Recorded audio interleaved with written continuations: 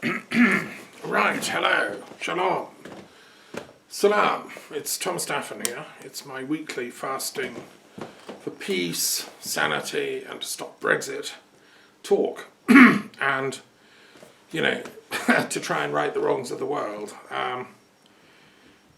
So, I've got various things to say. I want to start off by saying we're in the run-up to Christmas and the winter solstice, which is an important time of year. We're coming out of, in the Northern Hemisphere, out of this, you know, in the depth of the darkness, in the nadir of it all. And to be honest, it feels like that, geopolitically, etc. But we are coming to the moment of the worst of it all, and then it gets better. Now that's the sort of cosmic melodrama that's recycled every year. It's the opposite in the Southern Hemisphere, so you know, I don't feel so bad. We haven't got any light because all my friends in Australia, New Zealand and Latin America and whatever I've got have pinched our sun, you know, so I hope they're enjoying it. It's their maximum light time. And it will come back, you know, so that's kind of life. It's an equilibrium between light and dark, and we take turns at being in winter. However, there's something, you know, something not quite right with the world, because some people are playing at, like, seriously being naughty, being wicked, and doing wrong stuff. And that's what I want to talk about, really. You know, what is evil? Is there such a thing as evil? Can we talk about evil in today's geopolitical climate, you know, when people are assassinated secretly? We just had, I mean, we've had an upping of the war between Iran and Israel and the West, which I've been watching, you know, as a horror show. It should be stopped. I mean, there should be peace talks. America should never have left the Iran nuclear deal, etc., etc. And so I'll be talking about that, and many other things. I want to start by just bringing people up to speed. What I've been working on in the last week, since my last talk, again, is this book on religious mathematics. Now, this is taking a lot of my, well, it's taking, you know, 6 hours work a day, pretty intensive stuff. And it's going very well. I'm happy to say that on the current rate, it will be finished by Christmas, which is what I want, because I've set myself that deadline. And, you know, it's intense. I think it's not only worth doing, I think it's quite innovative and, you know, quite an important move intellectually for anyone that's interested in either spirituality and religious studies and or science and mathematics. And of course there's been a huge conversation going on between these two fields ever since before Plato. You know, this is not a new conversation. It's been going on since the time of Buddha. Many Buddhists were great mathematicians. Early Hindus, many of them were great mathematicians. Jains as well. China had a very advanced mathematical science, which was tied in with their cosmology of yin and yang. So it was a sort of dualistic, dialectical cosmology. In Japan, there was a sophisticated mathematics as well, which I've referenced in my book. And in every part of the world, you know, evidence from the Celtic buildings, Stonehenge, Avebury and so on, the precision of the layout indicates a sophisticated mathematics. And the same in Africa. In many sites they found little mini Stonehenges throughout Africa with similar precision. So I think our ancestors thought mathematically and geometrically. We know that in Egypt it was brought to a very sophisticated science, giving them the ability to make these incredible temples, layouts, pyramids and so on. But I think maths was deeper. It was a more theological thing. It was a metaphysical thing for them. Number is sacred. Shishat, the goddess of mathematics for the Egyptians, was the measure out of, well, we would say karma and the allotted lifespan, the destiny, the fate of people. And that idea is universal in Clotho and Lachesis and the Norns of the Norse religions and so on. We all have an allotted span, which is measurable. And we all have to perform our karma, our weird, as the Norse teachings put it. And now that operates on a personal level, but also on a familial level, a relationship level, and then a group, and then a community, and a nation level, and a global level. We're all working out our weird here. And it is a bit weird at the moment, which is the origin of the English word weird, which is a great word, I love it. It's also the origin of the word word. One's word is one's weird. Your fate is what you speak into being. And and that's the wisdom inside Anglo-Saxon etymology. You have to study Anglo-Saxon etymology to really understand the depths of English as a tool of higher wisdom transmissions. When I was teaching religious studies in schools, I'd always get my kids to make a set of runes, and I would teach them the basics, the rudiments of this thing called Anglo-Saxon, which most kids don't even know existed.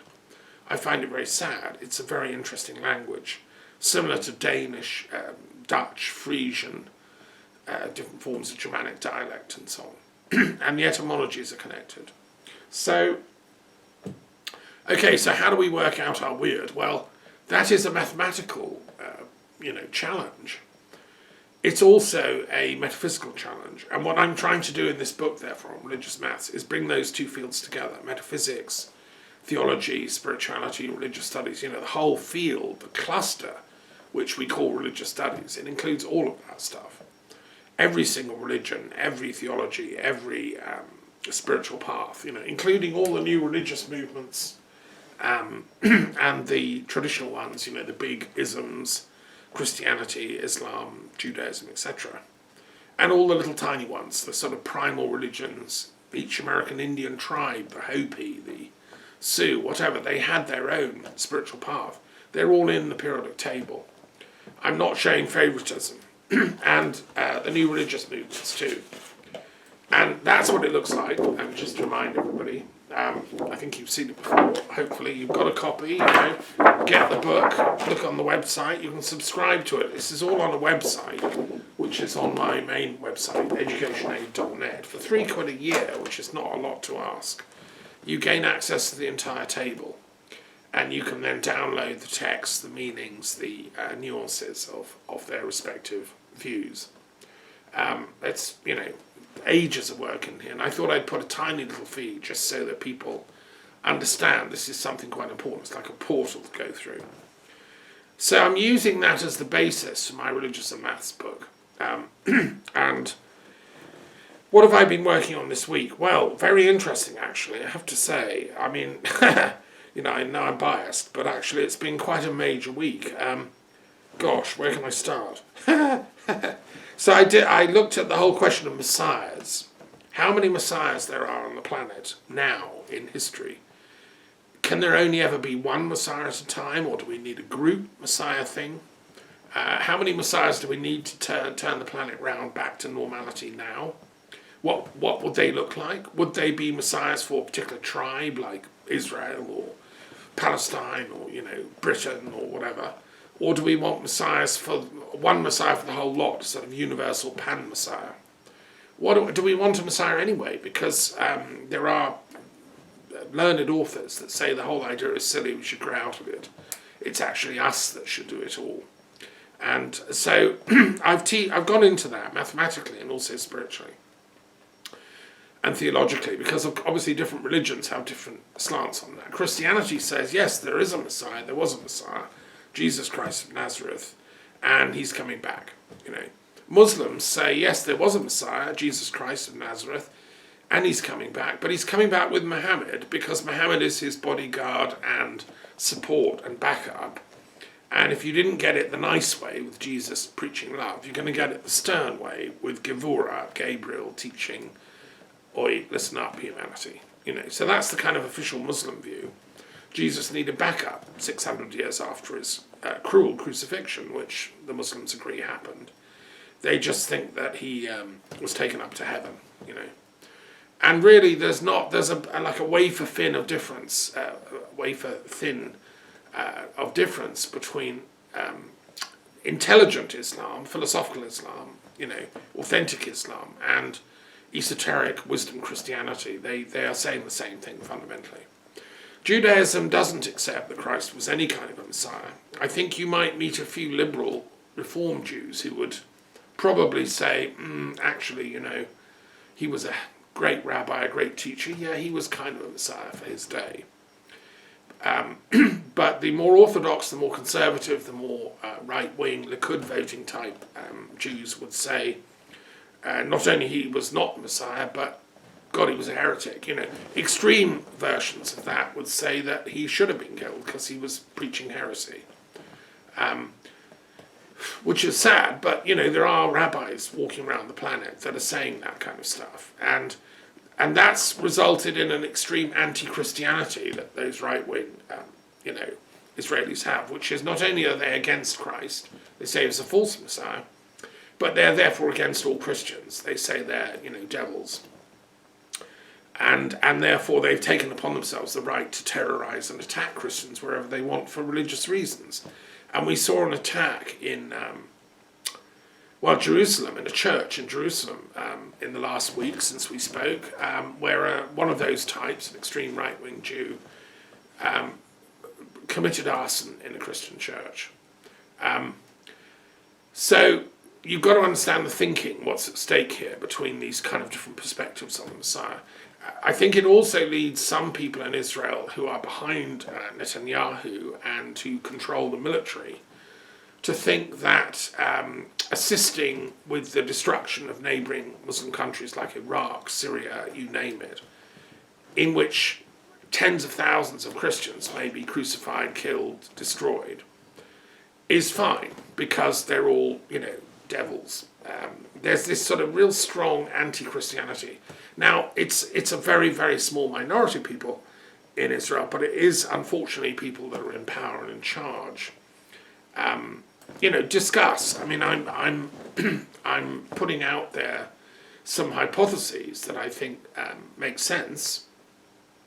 And from the perspective of my book on religious maths, I think it is factual that the Israeli religious orthodoxy hierarchy don't accept that Jesus was any kind of Messiah. I've proposed, therefore, one of the things I said in the book, which is quite fun, is, well, let's clear this up. The planet is dying because of all these religious wars, particularly in the Middle East. Millions of refugees, people can't sleep at night. I mean, Palestinian kids can't sleep at night because they're always being, bombed, and Israelis in the south of Israel can't sleep because they're getting rockets. This is a nightmare. It's got to stop. I'd love to give this as a Christmas present to humanity. So let's clear it all up. Let's have a retrial. Let's have a retrial of Jesus, like a sort of theatrical experience for humanity. Let people come forward who want to defend Jesus. No, he was the Messiah. This is the evidence. And those that want to come forward and say, no, he wasn't the Messiah, he was, justly sentenced. Let's have a retrial and see what happens. Personally, I would hope that common sense and reason prevail. I mean, I think Jesus was a very great charismatic rabbi, a teacher, who took on the burden of being the Messiah for that time and place.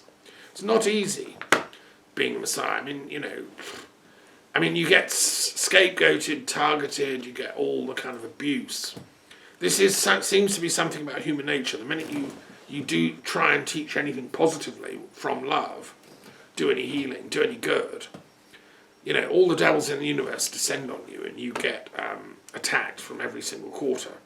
This is a phenomenon I've called Sophiaphobia, which is the fear of wisdom. Most prophets, most teachers, most spiritual elders get attacked. Historically, you can work it out mathematically. It seems to be the case.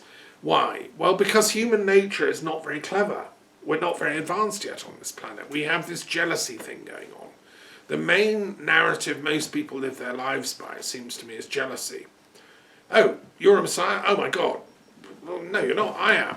Well, let's have a fight. It's this sort of jealousy, rivalry, conflict narrative. And it's there in all the mythologies of Cain and Abel. It's there in Romulus and Remus. It's there in the eternal battle between X and Y for supremacy and mastery. Now that's going on the planet, big time. So what if we just suspend judgment, stop and put the guns down and have a serious and intelligent discussion about Messiah studies and have the conversation? Sadly Gershom Scholem isn't alive. He could contribute to that. The Kabbalah has its own views on this. Are we mature enough to suspend judgment and hand this matter over to the scholars to discuss at a very, very deep existential level? Okay, discuss. So then the other thing that I'm raising in the same work on religious maths is the question of the avatars. Because, there's one Messiah, as far as we know at a time, and there's, a sequence of them. That idea seems to go back to ancient Persia, to Zoroastrianism. And it was first recorded in the concept of the Seyashant. The Seyashant is the saviour or Messiah for the Zoroastrian people and ultimately for the whole planet in a cosmological battle of good against evil, of Ahriman, the devil, evil, against Ahura Mazda, the Lord of Light and Wisdom. And the Seyashant is the one that's going to sort this struggle out and lead for the forces of victory, for the forces of light and right. Now that idea was picked up by the Jews in exile in Babylon, and it sort of spread into their texts. It got into Daniel as the Son of Man. It got into Enoch as the Son of Man. And it influenced and inspired the circles out of which Christianity grew. It's in the Qumran scriptures, these references. The Qumran Essenes were Messiah people. They were expecting the Son of Man. And most scholars agree that John the Baptist and Jesus will have spent some time in and with the Essenes. Discuss. Anyway, I've gone into all this in the book on religious maths, which is really, it's a tool to really go into the depths of all this stuff, you see. I don't know why, well, I suppose Gershom Scholem didn't think about it because he was too, wrapped up in the one thing, Kabbalah studies, which he was a master of. Whereas what I've done is I've tried to do, in my own little way, a Gershom Scholem for all the religions. I've tried to go into it in as much depth as he did with the Kabbalah, for every single one. And the Kabbalah, for instance, is down here. It's in esoteric Judaism.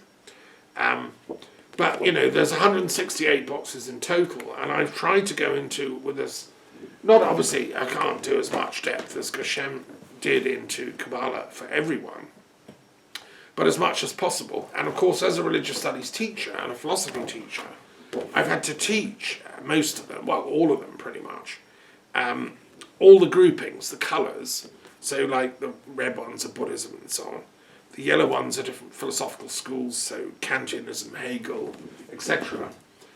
What I haven't done, obviously, is teach every single one of the 168 boxes in enormous detail.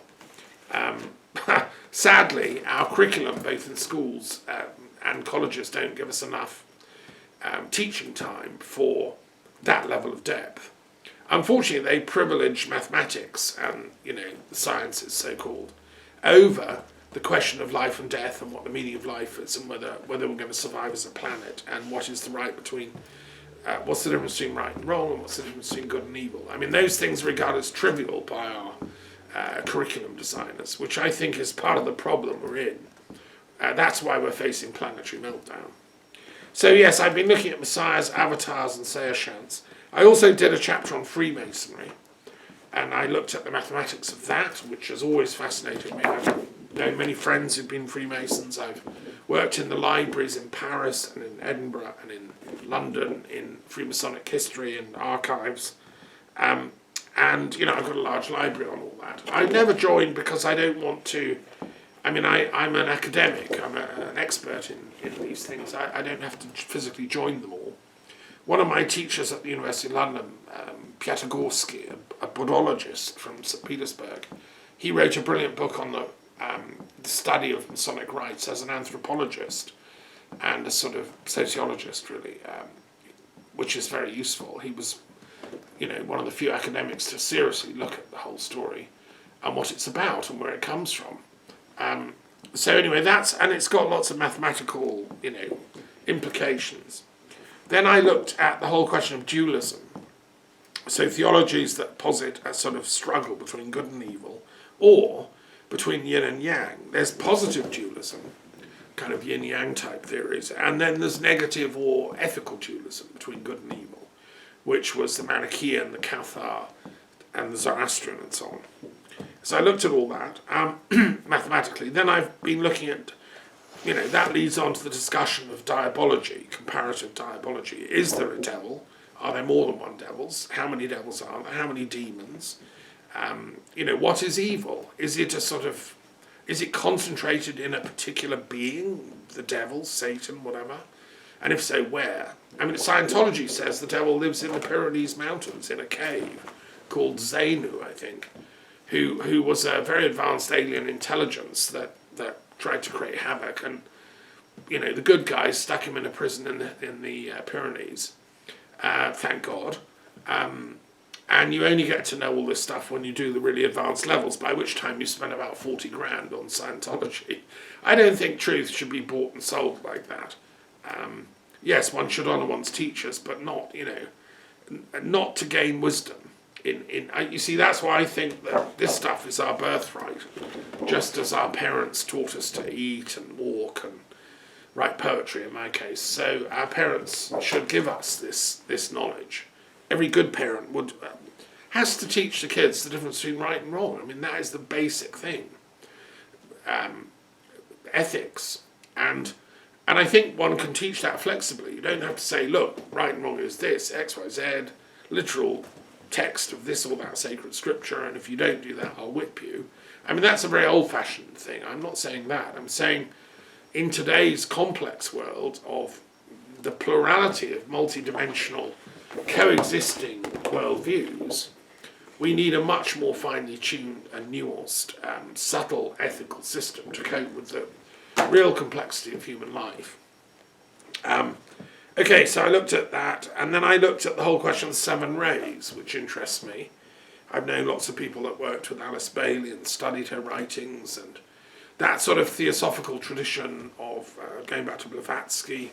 I've spoken at theosophical headquarters in London and Edinburgh and even in Tel Aviv. I've been to the theosophical headquarters in Adyar, as did the then Tsar, who was going to become Nicholas II, bless him. He went on a pilgrimage before he was Tsar. He was like the crown prince. Adyar's a great place, great library, worth visiting, and that's the headquarters of the Theosophical Society. And there are lots of offshoots and all that. Now, Alice Bailey was one of those offshoots to some extent. She honed in on this idea of 7 rays. The universe of manifestation that we know has 7 fundamental vibratory currents that manufacture or create reality as we know it. They can be likened to the colours of the rainbow, whatever.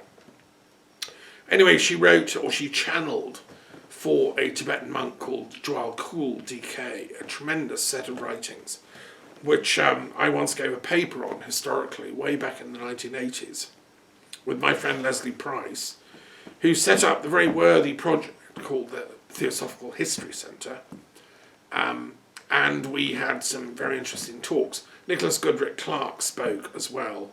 He then set up the University of Exeter Centre for the Study of Esoteric Studies. Sadly, he's dead now, and it was shut down. I think it's wrong when, they set up academic departments. They should keep going. There should be a chair in peace studies at the Institute of Education, in honour of my work there. But at least there's a few people in London doing peace research and conflict studies. There's a very good Norwegian academic, for instance, at University College. So anyway, I looked at the 7 rays, and that, again, it's a mathematical thing. Do these things exist? What are they? Why aren't we taught this in school? If they're real, how come we don't know about them? Or are they a sort of a concoction of perspectives from a particular tradition of theosophical masters? Because they go back to the, Maurya and so on. Each of these 7 rays is supposed to have a theosophical master. The Comte de Saint-Germain, one of my heroes, is the master of Ray 7, which is to do with ceremony, order, ritual, putting things right. I like the Comte de Saint-Germain, he's one of my heroes. And anyway, so I had fun doing the 7 rays mathematically. And then we looked at the Golden Gate. How can we open it? This Golden Gate on the east side of Jerusalem is blocked up, has been since the 1540s by order of the Sultan. The Messiah's going to come in that gate. Until then, there's no world peace possible. The Jews want their Messiah, the Christians want theirs back, the Muslims want theirs back, and everyone else wants any old Messiah, to be honest. Anyone that can save the planet from all the ignorance and stupidity that's going down, let him on, bring him on. Well, let's open the gate together. This is this Golden Gate project of my institute. As an academic of peace, I'm saying that represents frozen energy, blockage. Let's open it up and then build a peace tent, what I call the peace tent, on the Temple Mount. There's tons of space, lots of room, enough to seat and host 1,000 pilgrims in any one day. You'd only be allowed there once in a lifetime because so many people would want to go and do this experience. It would be millions, like more than Mecca even. So it couldn't be, you'd only get one ticket a lifetime. There'd be like a queue like there is to go and see, nowadays, to go to Tarans in, not Tara, New Grange in Ireland. You have to queue up and get a little train, it'd be something like that. But how can it be done? Anyway, I had fun writing that chapter this week, and it's a serious project, and a peace project.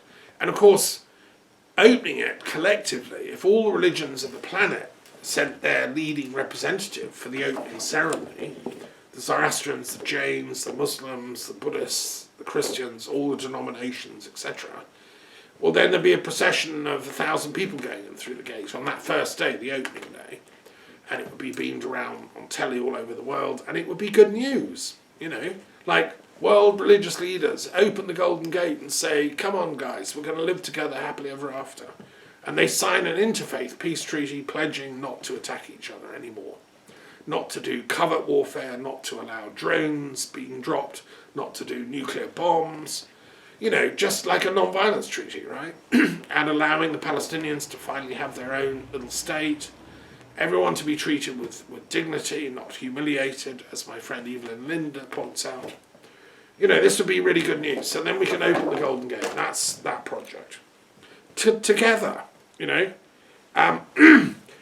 Okay, then I did my chapter this week on the periodic table itself, which is this thing I keep waving about. I mean, this is so interesting and exciting.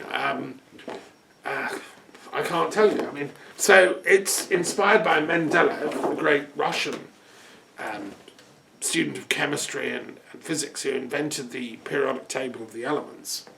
He came from Tobolsk, which is a wonderful city in Siberia, and it's further than Ekaterinburg, where the Tsar was shot. And his grandfather was an Orthodox priest. His mother was Orthodox and told him to work for the reconciliation of science and spirituality. She was an amazing woman, Maria Alexandrina, I think that was her name. And she took him to Moscow and Petersburg and made sure he had a good education. And he became a chemist. He spent time in Germany working with Bunsen and advanced chemists, and then went home and created the periodic table. So I've thank you very much, Mendeleev. I've taken the idea and I've applied it to all the religious and philosophical traditions. Now, why has this not been done before? Well, I guess one of the reasons is very few people have had a chance like I've had to have an overview of them all. I've made it my life's work for 40 years to study them all in depth. Ever since I dropped out of my philosophy degree at the University of Bristol, which was only pushing one or two of them, its view was very arrogant, and typical of Western academic philosophy is that only the yellow boxes count, that's philosophy per se, and within that only a few, so logical positivism, Kantianism, a bit of Hegel, and the rest were irrelevant, Descartes, fine. So all the other colours were thrown out as irrelevant and not philosophies, is what my tutors were telling me. When I said, surely Buddhism is very profound philosophy, why don't we study that a bit? No, that's not a philosophy. So in reaction to that arrogance, I set out on a mission to study them all, reading all the sacred scriptures and all the academic texts, right? So, and 40 years later, I'm able to create this, which hopefully will save, this ought to be on the wall of the philosophy department at Bristol University with a little plaque saying Thomas Daffern dropped out of here to go and design the table. Because that should help the next generation of philosophy students studying worldwide in every school, college, madrasa and seminary. Because if this was a blown-up version, this was on the wall of every academic centre that studies religions or philosophy or trains priests and imams and rabbis and so on, then we would finally get humility as a planet, because we'd realise, my God, there's a lot of them. When I used to teach this to my students in various schools in Britain, the reaction of the bright kids was, wow, I didn't know there were so many of these things, and that's because our subject is never taught holistically or in a joined-up way. We're taught that this one is true and the others are all devil worshippers, or this one is the only one that's worth studying, or this one is the only one that matters because that'll get you a job. We don't have a proper phenomenological distance from the field of religion and philosophy to actually look at it from an overview. Well, I've cultivated that deliberately, and that's the fruit of it. So I'm sharing that in my work on religious maths. It's really fascinating because it's got lots of mathematical things attached to it. And then I'm looking at the last couple of things, and I'm coming to the end of the book now, fortunately, is, it's taken me a lot of work, this, is to look at the interactions between them all.